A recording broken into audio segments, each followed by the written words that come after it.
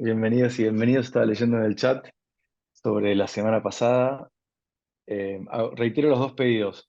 Si 10 personas más o menos pueden encender la cámara, se los agradezco. Y si quieren, tómense un minuto para escribir en el chat qué valoraron o qué recordaron, qué les sirvió de lo que vimos la semana pasada. Y si alguien quiere encender o levantar la mano para que encendamos el micrófono, pueden compartir en voz alta también. Bienvenidos a este segundo y último encuentro. Vamos a hacer algunas cosas entretenidas hoy, pero quiero ver si alguien se anima a romper el hielo con algún comentario sobre el mapa que hicimos el miércoles pasado. No sean tímidos.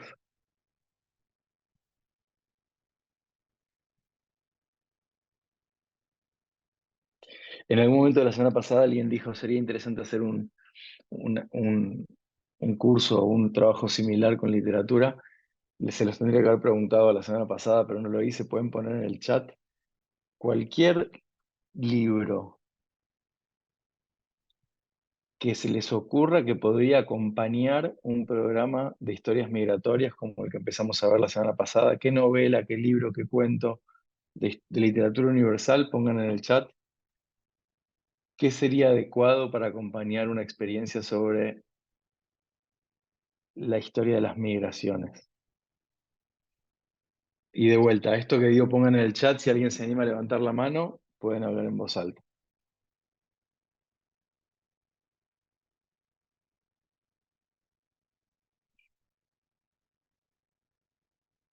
Entonces, como están tímidos, vamos a hacer una cosa distinta. Ahora volvemos al chat.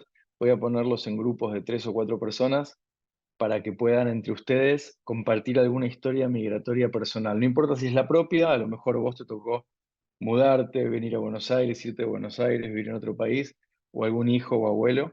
Cuenten entre ustedes, rompan el hielo, charlen un poquito entre ustedes. Así no quiero que esto se convierta en Juan dando un monólogo, así que vamos a hacer un ejercicio para que puedan eh, sentirse más cómodos. Y estoy simplemente buscando, Ari, cómo hacemos para mandarlos a las salas. Aquí está. Voy a armar grupitos automáticos Dale. y son 50. Vamos a hacer más o menos 12 salitas. A ver qué pasa ahí. Nos vemos en un ratito. Les voy a dar unos 5 minutos para que cuenten alguna historia de viaje, de migración. Hagan la distinción, no es turismo, ¿no? De alguna mudanza o propia o de sus hijos o sobrinos o de sus abuelos o padres. Nos vemos en un ratito. No, ahí, por fin, Ahí va. alguien. Bien. Vamos. Bien, Silvia, muchas gracias. Gracias por romper el hielo. Ahora podemos arrancar. Digo, bueno, vamos a romper el hielo. Bueno, hablamos justo, estábamos en un grupo con un chico de Corrientes, una chica de Catamarca, y ella nos contaba que bueno, ella es de Catamarca, que hay muchas personas, mucha familia de ella se fueron por el tema laboral, del estudio, porque Catamarca, más que donde está ella, que es un pueblo, entonces no hay mucho trabajo, el estudio en la universidad también es como muy limitado, entonces migraron. Yo, por ejemplo, tengo mi historia personal, que mi mamá de Tucumán, mi papá de Capital Federal, yo soy de acá de Capital Federal, fue a trabajar a Tucumán, ahí se casó con mi mamá, vinimos para acá. Pero a él también en su momento le salió un trabajo y fuimos a vivir a Perú.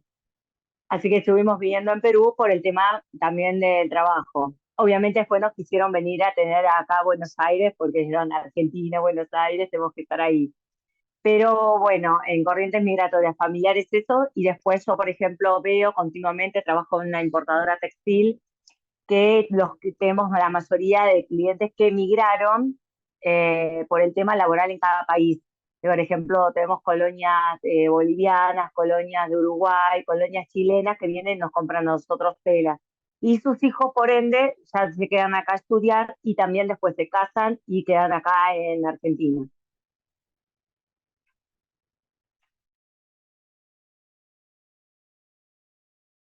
Estás muteado, Juan. Gracias Ahí por está. romper el hielo, Silvia. Natalia, ¿cómo estás? Hola, ¿se me escucha bien? Sí, Perfecto. sí. Ah, porque estoy en la calle.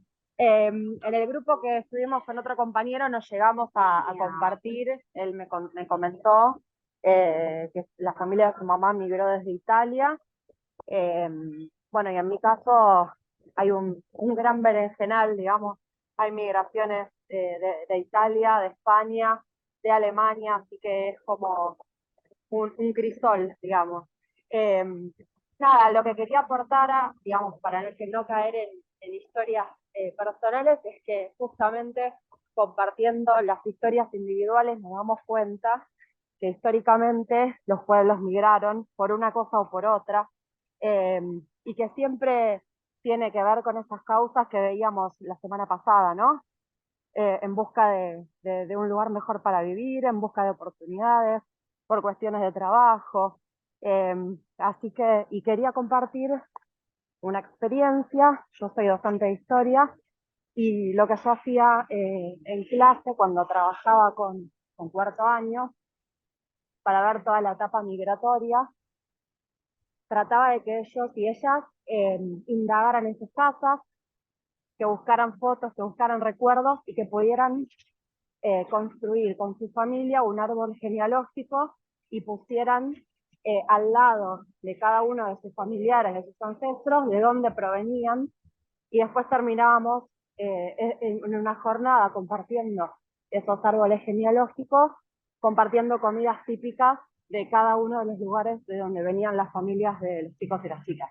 Y pasaban cosas alucinantes porque muchos de ellos ni siquiera sabían de dónde provenían sus familias y se enteraban a raíz de ese trabajo de investigación, puertas adentro, familia adentro. Así que me parece que es un tema riquísimo para laburar y que a partir de este tema se pueden laburar muchos temas que tienen que ver con la historia de las sociedades a nivel mundial. Así que nada, muy interesante Excelente. todo. Sí, y es enorme porque vos podés, yo la semana pasada les conté algunas preguntas que pueden trabajar, pero pueden inventar o diseñar sus propias preguntas. Pero, por ejemplo, si vos les preguntás qué se escuchaba en la radio, en el lugar de donde vinieron o el lugar a donde llegaron, y posiblemente podés encontrar archivos, no quizás de la fecha exacta, pero aproximado, y podés trabajar histo- historiografía con, con fuentes primarias, o podés trabajar el cine, qué se veía en el cine en el momento, qué se proyectaba. Acuérdense que en la época, bueno, tenemos distintas edades. En la época de mi viejo, mi padre nació en el 37, eh, iban al cine para recibir las noticias de la guerra. Y piensen en cuánto tiempo tarda, o sea, se puede usar esto para hablar de la información, de la velocidad con la que viaja la información, cómo viaja la información entonces, cómo viaja hoy. Es decir, es infinito. Quiero hacer una cosa que quedó pendiente de la semana pasada porque me parece importante, que es cómo construir un puente a partir de esas historias de migración con la historia más tradicional que alguien podría querer enseñar o dar en la escuela. Vamos a hacer un ejercicio muy simple. Vamos a dedicarle menos tiempo hoy que la semana pasada, pero para que lo vean. Entonces yo en el chat pongo un link a un nuevo Padlet. Lo pueden levantar del chat y voy al mismo tiempo mostrarlo aquí en pantalla para que lo puedan ver. Solo necesito encontrarlo.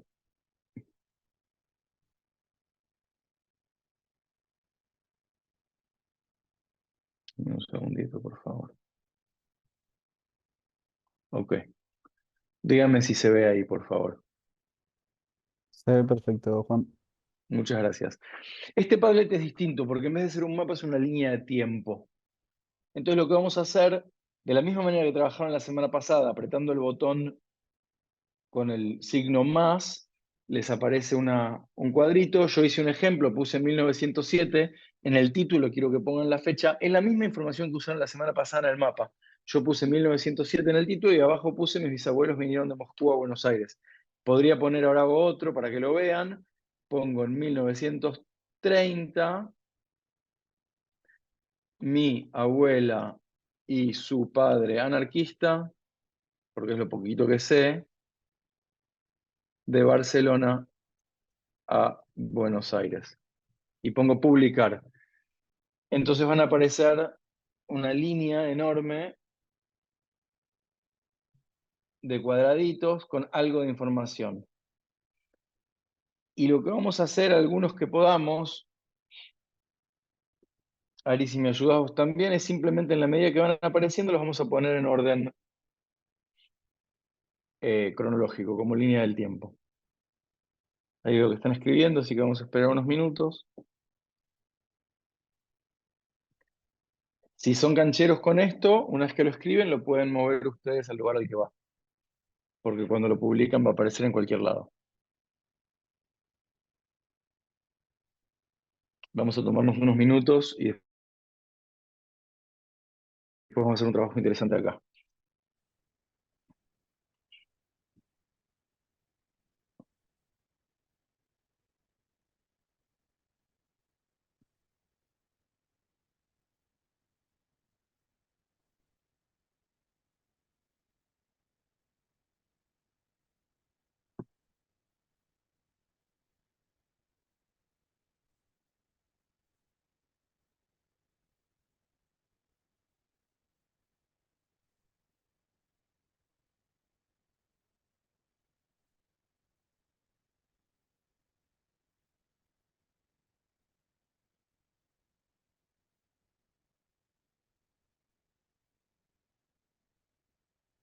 Eh, quien puso mis abuelos vinieron de Italia en el siglo XIX con la guerra del Imperio Austrohúngaro. Si se animan en el chat, pongan una fecha aproximada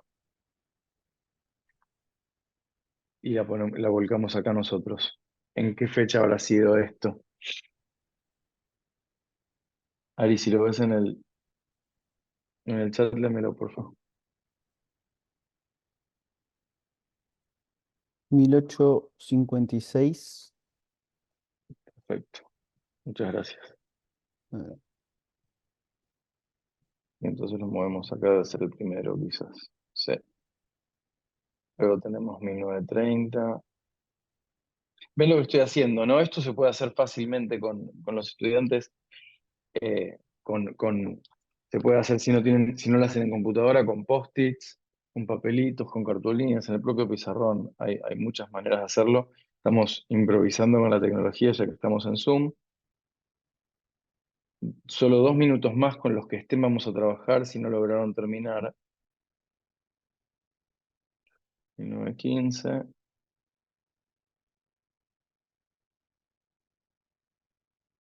¿Qué pasó con 1915? Perdí 1915. 1940, 1949. 1940. 1949.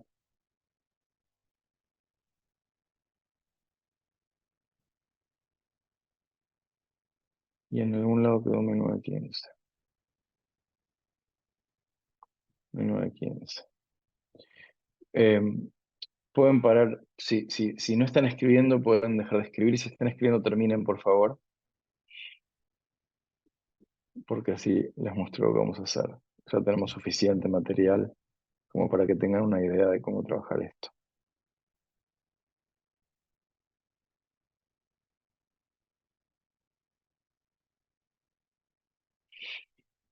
Normalmente yo les pediría a ustedes que lo ordenen cronológicamente, pero no quiero dedicarle más tiempo del necesario hoy. Bueno, mientras están escribiendo, quienes ya publicaron o si no están escribiendo pueden hacerlo. Cada una de estas etiquetas dice editar. En la pantalla mía, yo lo tengo en inglés, ven que dice edit. Eh, entonces, lo que pueden hacer es, lo vamos a hacer más fácil, perdón, no editen, vamos a hacer más fácil. Pueden marcar con el más de vuelta y poner una etiqueta nueva, ahora escribiendo hitos. Entonces, en vez de poner fecha, pueden poner, por ejemplo, en el comienzo de la Primera Guerra Mundial. O sea, marquen en el lugar correcto los hitos de la historia que reconozcan.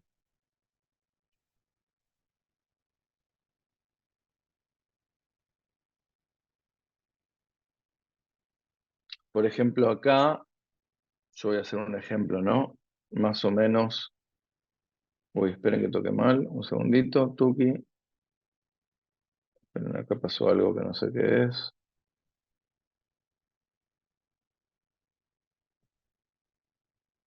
Esto no sé por qué pasó aquí.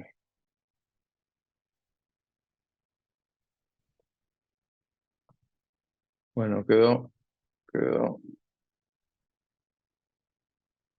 quedó algo acá marcado que no estoy seguro qué fue.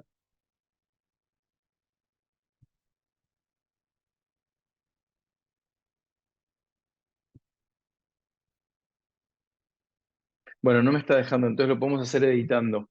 Pueden entrar a cualquiera de estas etiquetas y poner cuál creen que fue el evento histórico de ese, y cualquiera lo hace, pueden intervenir en la etiqueta de otro.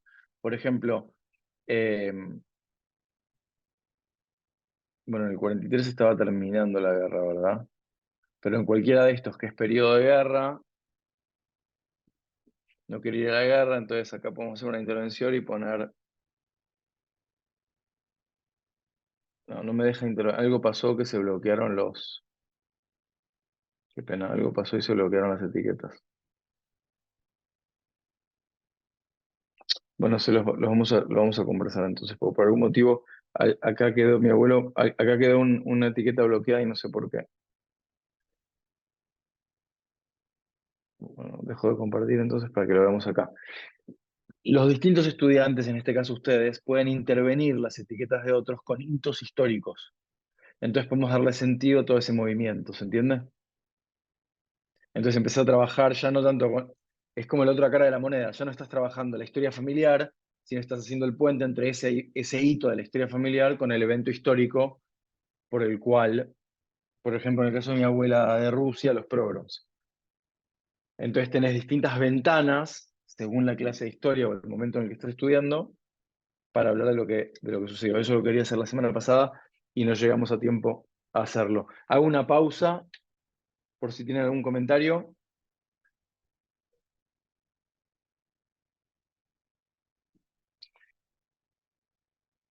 Entonces yo preparé algunas cosas para compartir hoy que me parecen súper interesantes, que tienen que ver con eh, este asunto de la migración y la relevancia, no solamente para la vida del estudiante, sino la relevancia para el momento en el que estamos viviendo. Ustedes saben que la Organización eh, Internacional de Migraciones prevé que en los próximos 30 o 40 años va a haber más movimiento migratorio en el mundo que todas las migraciones que hemos tenido hasta ahora. O sea, la migración no es algo del pasado, no es que hubo movimientos migratorios que vale la pena conocer. Vienen olas migratorias muy fuertes en el mundo, posiblemente, y entonces hay quienes argumentan que prepararnos para convivir con esas olas migratorias es absolutamente fundamental. ¿Me siguen lo que estoy contando? Nosotros habitualmente enseñamos poco en la escuela sobre las potenciales migraciones futuras y es un material súper interesante. Entonces quiero compartir algunas cosas que a lo mejor les parecen de interés a ustedes y después vamos a hablar de cómo diseñar un poco en función de sus intereses personales que pueden no tener que ver con historia, eh, situaciones similares. Pero déjenme compartir lo siguiente entonces. ¿Se ve, verdad? Sí, sí, perfecto. Gracias.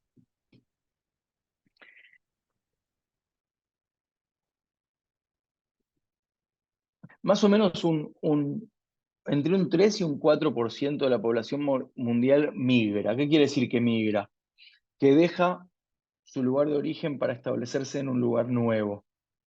Esa migración no es me fui de vacaciones.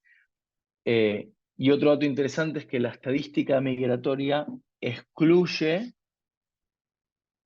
la trata de personas y la, la esclavitud, digamos, ¿no? O sea, las migraciones son voluntarias, por decirlo de una manera, y se dividen entre las migraciones transfronterizas cuando te vas de un país a otro y las migraciones adentro del país.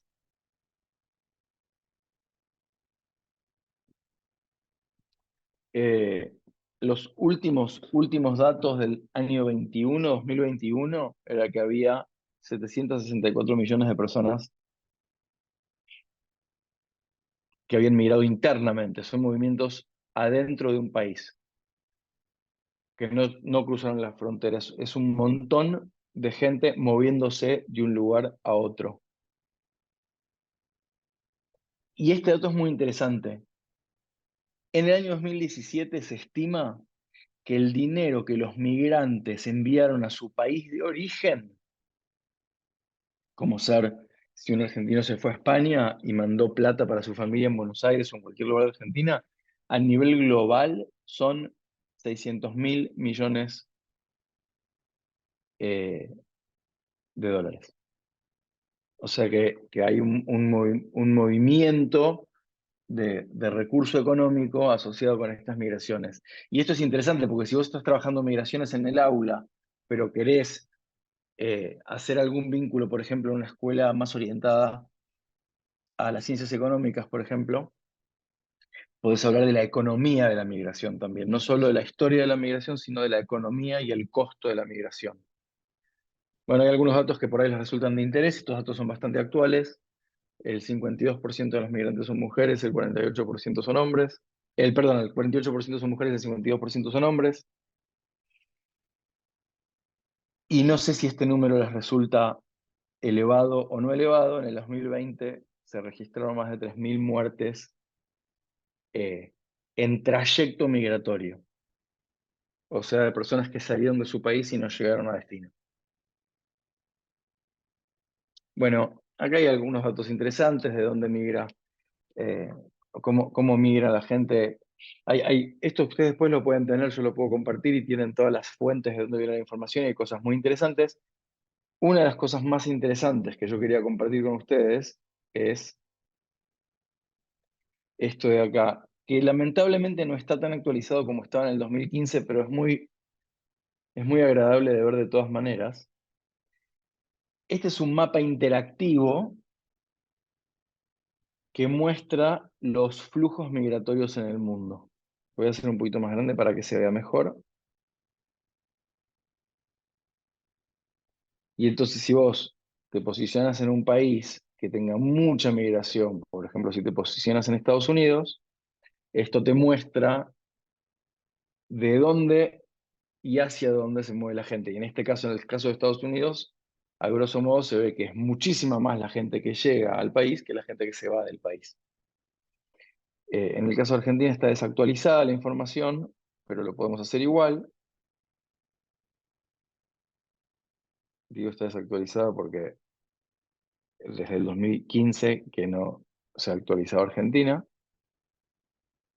Y ahora si quieren paso el link, es muy agradable y es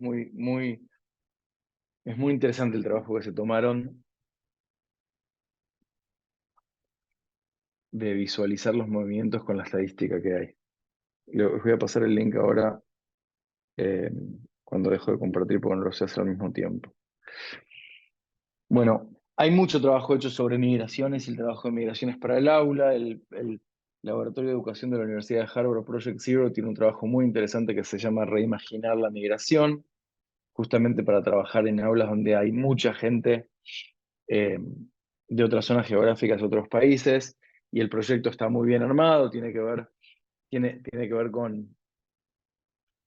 con reconocer al estudiante y su historia. De vuelta, esto no vamos a entrar en detalle ahora, pero sí lo pueden ver cuando yo comparto este material, eh, que está pensado para que realmente se pueda trabajar en el aula y es material absolutamente gratuito. Estoy... eh, quiero compartir un segundito.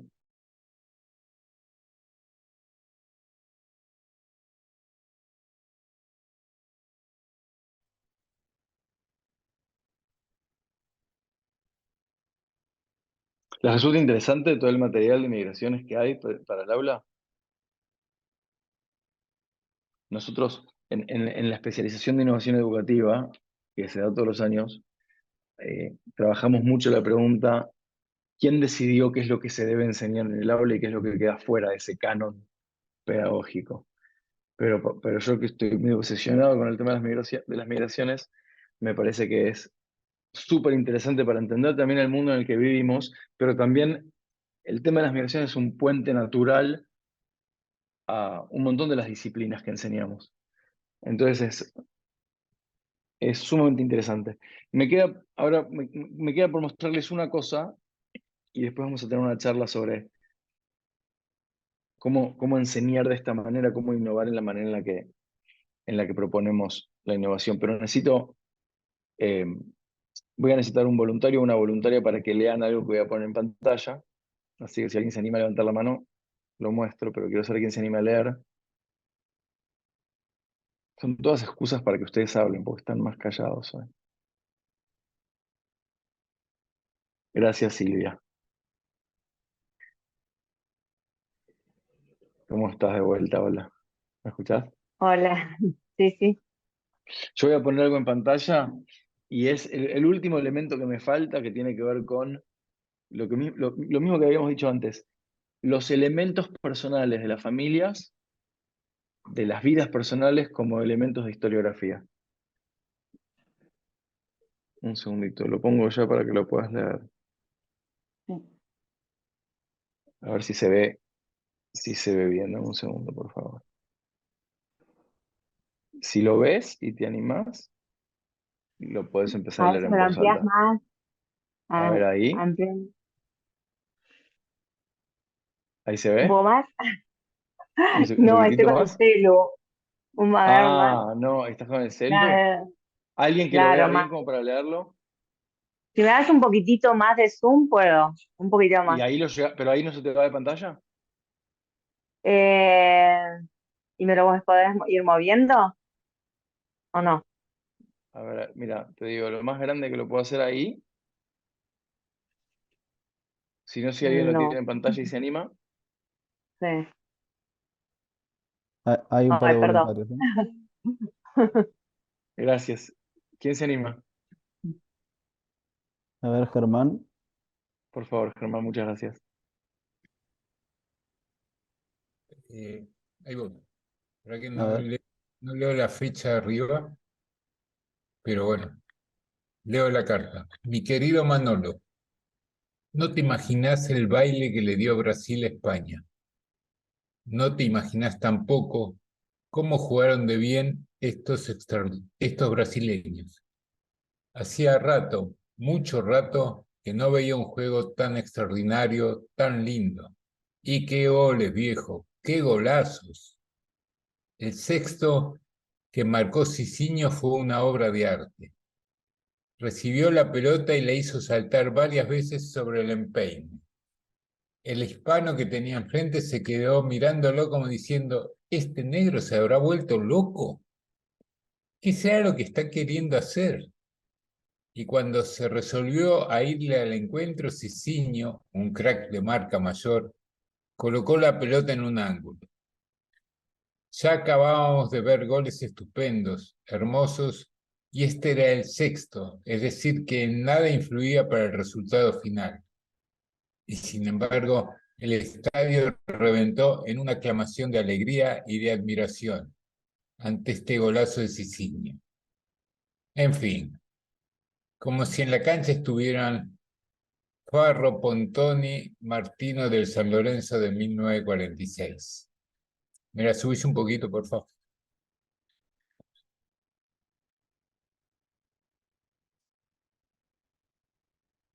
Después de esto se acabó el fútbol europeo. Al diablo, un poquito más chicos, porque al diablo se han ido todas las teorías sobre el sistema y la marcación y demás macanas que nos quisieron hacer pasar como mejoras y que solo sirven para arruinarnos nuestro lindo fútbol sudamericano. Solo un cuadro argentino o uruguayo, jugando como siempre se ha jugado en nuestras canchas rioplatenses, podría hacerle frente con chances de ganar a Brasil el jueves. Si el domingo Uruguay, aunque no le gane, le hace un buen partido, habrá quedado demostrado definitivamente que en Sudamérica está lo mejor. Pero Uruguay tendrá que mejorar mucho para hacer un papel airoso frente a este formidable conjunto brasileño que sabe todo lo que en fútbol se puede saber y que solamente de backs anda medio flojazo, pero medio, nada más, porque frente a España mejoraron bastante. Banderines no ha habido caso de conseguir, porque no fue posible organizar visitas a los clubes. Bueno, viejito, te abraza y te hace cosquillas aprovechando la ocasión, tu viejo que te recuerda siempre, Juan.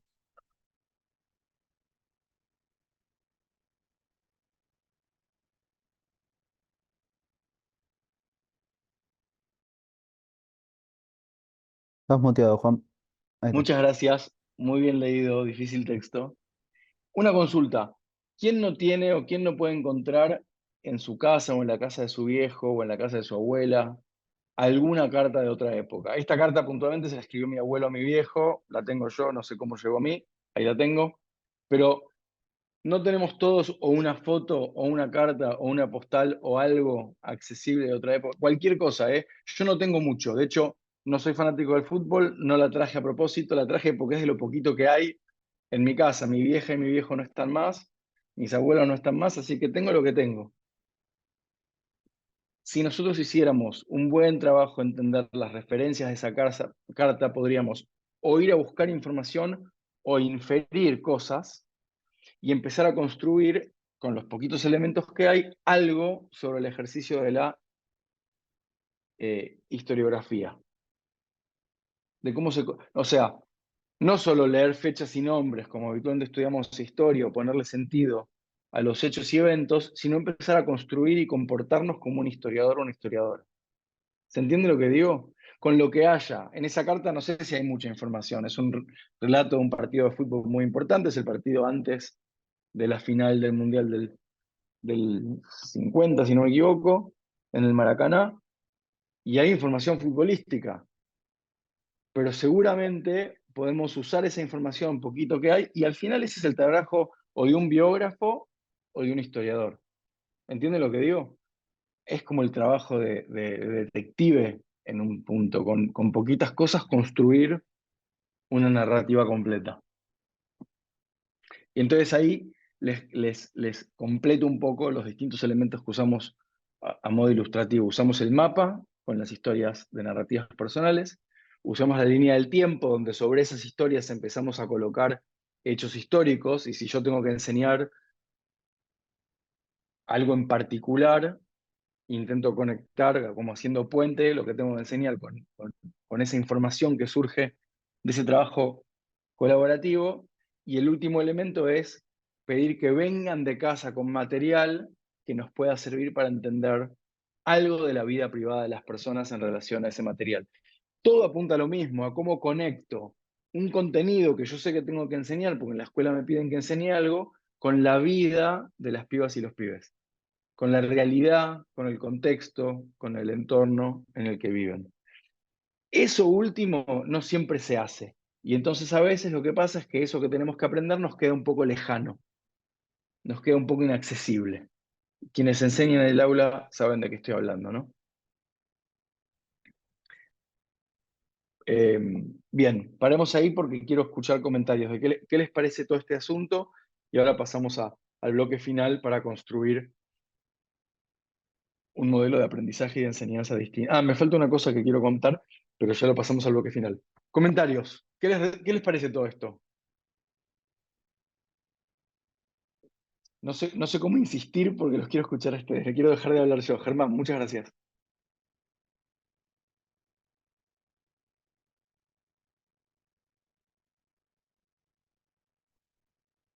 Estoy intentando habilitar tu micrófono y no me deja, Germán. A ver si vos podés.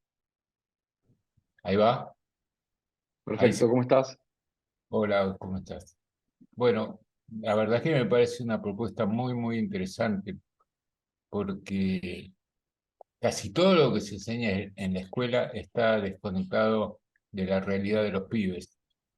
Entonces, los pibes no saben para qué.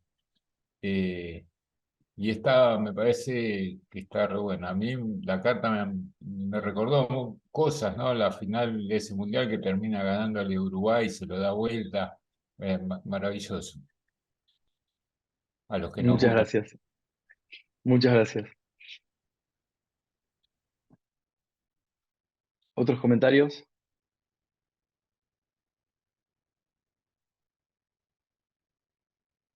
Eduardo.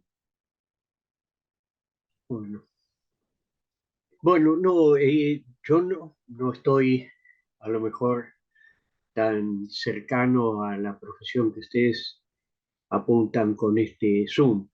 Yo soy escritor de narrativa histórica y corrector literario.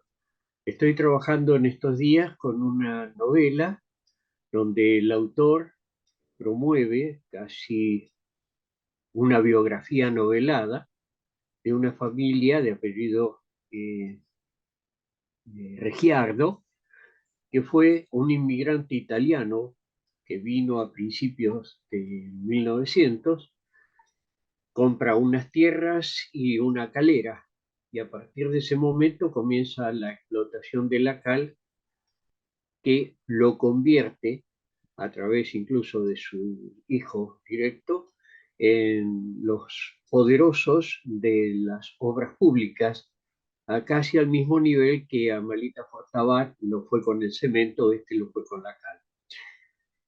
Obviamente que hay toda una línea de tiempo en cada uno de estos personajes, donde hay que contar una historia que tiene guarda relación sobre la inmigración, el sacrificio de los primeros inmigrantes, donde la única posibilidad era la de trabajar, tanto como para sobrevivir, ante las pocas perspectivas de supervivencia que tenían en este caso en Italia.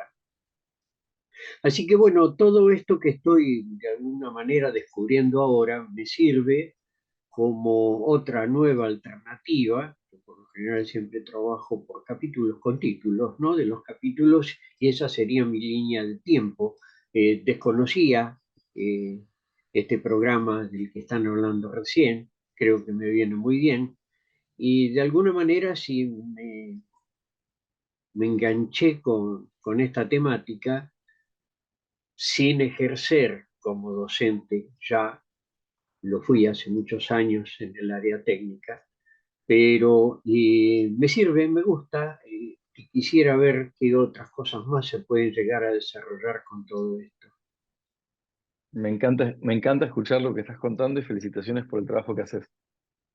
No, por favor, no, no es más que mi trabajo. Maravilloso. Alejandro, ¿cómo andás? Bien, bien.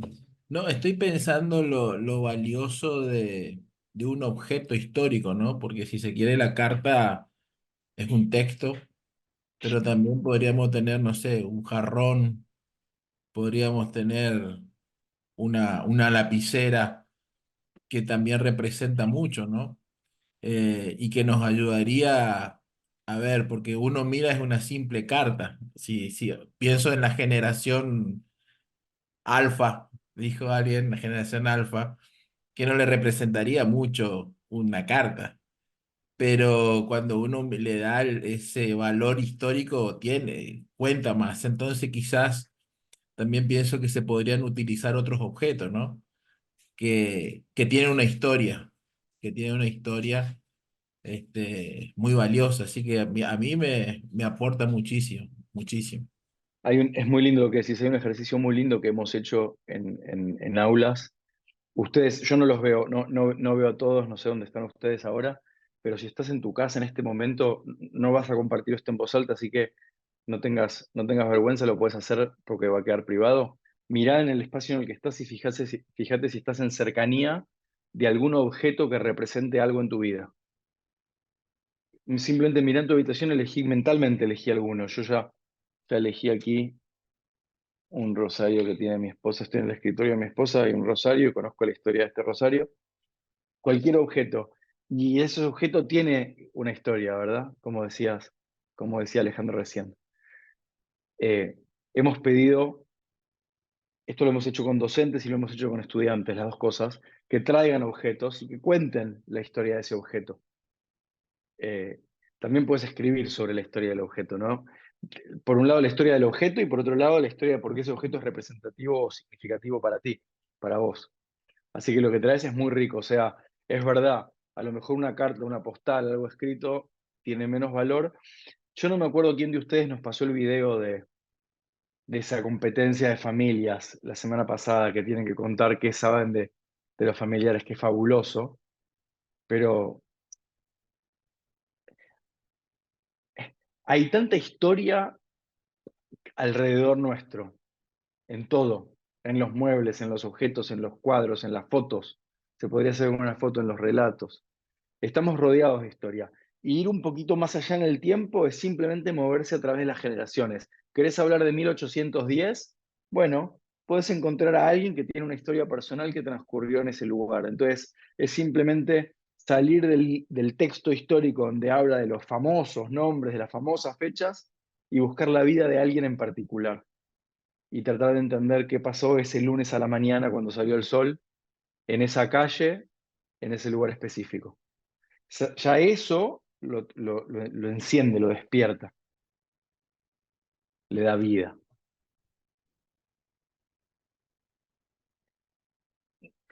Gracias, Alejandro. Tengo tiempo para un comentario más, si tienen un comentario más, y quiero cerrar este proceso con algo relacionado con el proceso de evaluación y diseño. Así que, ¿un comentario más?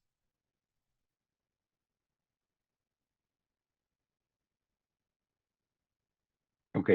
Entonces, sí, Ana Liliana, ahí te vi, perdóname. No te veía. A ver si puedo. Sí, sí, ya lo sé, estoy tratando de que puedas hablar. Un segundo, porque yo. Ahí estás. No, simplemente quería comentarle, yo no soy profesora de historia, mi actividad es totalmente otra, soy directora de una carrera técnica, pero tengo como hobby hacer teatro y una de las cosas que armé para hacer teatro es la historia del poeta Miguel Hernández. Y en ese armado fue imprescindible entrar en la historia de la España de esa época, que me permitió mostrar un poco el porqué de sus poesías. Entonces me pareció lindo compartirlo con ustedes porque ahí se mezcla la literatura con la historia Muy lindo. inevitablemente. Muy, muy lindo. Ahí estoy leyendo algunas cosas del chat que no había podido leer. Rosalía dice, es muy interesante y debería encontrar una estrategia para poder enseñar la historia argentina de una manera que no sea aburrido o difícil. Eh, eh, yo no soy historiador y no soy la persona más adecuada para contestar esta pregunta, pero hace poco me enganché con un podcast, y ustedes si lo conocen lo ponen en el chat, porque no me acuerdo el nombre del podcast, de un profe de historia que empezó a narrar en capítulos muy breves, de menos de media hora, la historia argentina y después siguió con la historia universal, con un montón de seguidores, porque lo hace de una manera muy amena y muy agradable. Si se acuerdan el nombre del podcast, pónganlo. Si no, yo mientras les hablo lo voy a googlear y lo voy a encontrar. Pero es muy lindo y es muy atrapante. Está enganchando mucho a los estudiantes. Es un profe de historia de la escuela secundaria que empezó a hacer este podcast y me digo que tiene una segunda actividad en su vida porque le va muy bien con el podcast. Eh, y no me puedo acordar el nombre, pero ahora va a venir a mi mente, lo voy a buscar. Otra cosa que hay, sobre todo para chicos más grandes, hay muchas novelas históricas de muy buena calidad. A veces enseñamos historia con los manuales, pero no estamos obligados muchas veces a enseñar con el manual. Y hay libros de historiadores, digo, hay libros de Félix, hay libros que son realmente muy, muy agradables de leer.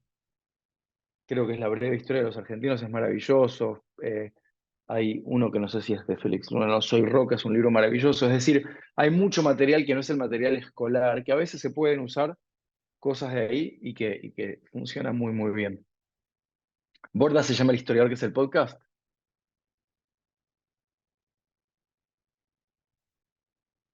Bueno, lo último que les quería decir, Perdón, entonces, Juan, sí, no sé si hablabas vos de Historia en Podcast, que es historia en de podcast, así es. Lucas Bota.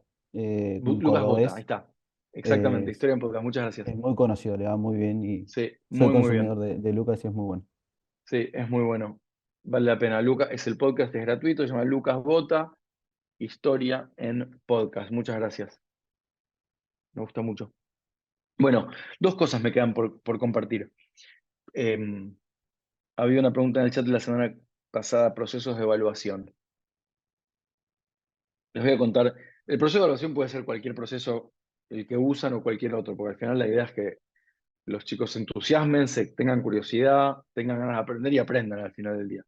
Pero ya que estamos hablando de una manera distinta de enseñar, quiero contarles una manera distinta de evaluar que vi con un profesor, gran profesor, que vino a visitar Argentina, venía de la India, de hecho, pero había trabajado y vivido muchos años en Canadá. Y hizo un proceso muy interesante donde le preguntó a los estudiantes, le dijo a los estudiantes un día que les iba a hacer, que tenía que prepararlos para el examen final, para la prueba final. Y entonces les pidió que se sienten con distintos compañeras y compañeros en grupos y que piensen en 3 preguntas que ellos consideraban que eran 3 preguntas muy importantes que tenían que estar en la prueba final. Entonces los grupitos, había varios grupos de 3, 4 pibes, pensaron 3 preguntas. Entonces ahora les dijo, perfecto, ahora se van a juntar con otros y entre toda la clase van a elegir 10 preguntas fundamentales.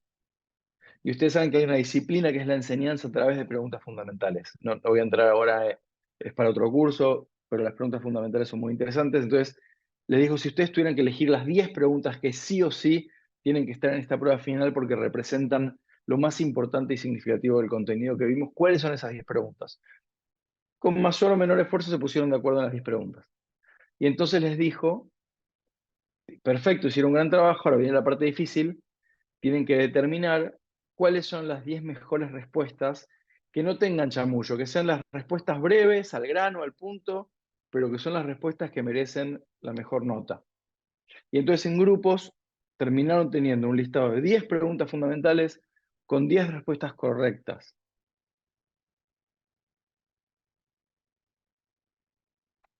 Hicieron ese laburo. Pasaron los días y un día uno de los chicos del aula le dijo, profe, ¿cuándo es la prueba? Y él les dijo, ¿qué prueba? Y ellos dijeron, la prueba final para las que nos preparamos. Y él les contestó, ya hicieron la prueba. Pero si quieren, les entrego las preguntas en blanco y ustedes escriben las respuestas. Sorprendentemente, y esto está muy estudiado y evaluado, cuando vos participás del proceso del diseño de la evaluación, es mucho más probable que adquieras lo que se llama el conocimiento o el aprendizaje profundo, el aprendizaje duradero, que no te lo memorizaste para la prueba, sino que te acordás después, porque lo procesaste. Entonces, es muy interesante, porque él dijo, éramos un grupo de profes observándolo, ¿no? Y él dijo, miren, en una aula tradicional, el profe selecciona el material que enseña, el profe lo jerarquiza, el profe hace las preguntas, el profe corrige los exámenes o las evaluaciones, el profe decide el puntaje. O sea, el profe hace todo. Y cuando el profe hace todo, no queda nada para el estudiante. Y después nos llama la atención de que se aburran, pero son experiencias completamente pasivas.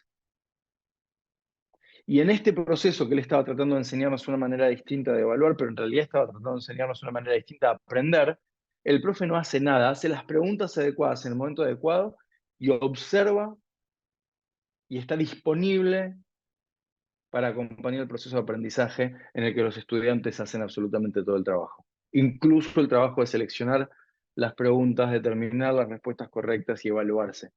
Ustedes saben que está comprobado que cuando vos le decís a un alumno que se ponga su propia nota, cuando vos le decís, che, yo no te voy a poner la nota, vos ponés la nota que considerás que tenés que tener este curso, se hizo esta evaluación en distintos lugares del mundo y sistemáticamente los alumnos se ponen una nota más baja de la que el profe les pondría. Somos más estrictos con nosotros mismos en relación a medir y evaluar cuánto aprendiste.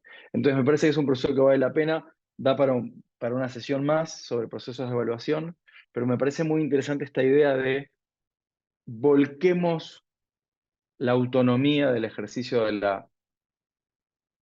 del aprendizaje, pero también en cierto punto de la enseñanza al aprendizaje entre pares. No tenemos que hacer tanto nosotros. Si hacemos todo nosotros, no dejamos lugar para que hagan nada ellos. Y ahí me parece que eso tiene mucho valor. Y lo último que les quería contar es simplemente a modo anecdótico, porque van a tener la oportunidad de hacer otros cursos conmigo en el instituto si tienen ganas. Este programa se enmarca dentro de una idea que es que hay una manera diferente de enseñar y de aprender para que las experiencias en el aula dejen de ser experiencias pasivas y que sean experiencias de aprendizaje más activo. En este caso lo hicimos con historia y llevo muchos años haciendo esta experiencia de historia que llamo Tu Historia. Y eso es un juego de palabras porque en inglés es his story, como si fuera la historia de otro, y acá es tu historia porque al final construís la historia con tu experiencia personal. Pero la verdad es que estamos comprometidos con poder llevar esto a las distintas disciplinas, incluso a las ciencias más duras, para que los estudiantes se puedan adueñar de la experiencia de aprendizaje y que no sea la responsabilidad del profe solamente o únicamente que puedan aprender. Ustedes saben, no hace falta que lo diga, que en Argentina y en América Latina hay mucho que mejorar sobre los aprendizajes eh, y trabajo sobre una teoría de cambio que es que si los estudiantes se adueñan de ese aprendizaje y le quitamos protagonista de alguna manera al que está parado frente al aula y simplemente permitimos que los chicos se adueñen del material de una manera que sea más propia y con mayor pertenencia, algo cambiaría en cómo se aprende. Quiero parar porque quiero escuchar una ronda de comentarios finales antes de cerrar. eh, y ya son pasadas las 19, pero me gustaría una última ronda y si no se animan a decir en voz alta, cuenten por favor en el chat qué les parece todo esto y si les interesaría participar de más experiencias de este tipo donde construimos modos de aprender distintos, pónganlo en el chat y cuál es la disciplina que quisieran ver, así yo después, en función de eso, puedo hacer propuestas al instituto para que demos más cursos de esta naturaleza. Espero que les haya entusiasmado. Quienes enseñan en el aula, que se lleven algo práctico que puedan hacer en el aula. Y si no están en el aula, espero que les haya gustado de todas maneras. Reflexionar sobre las distintas maneras de enseñar y de aprender. Muchas gracias.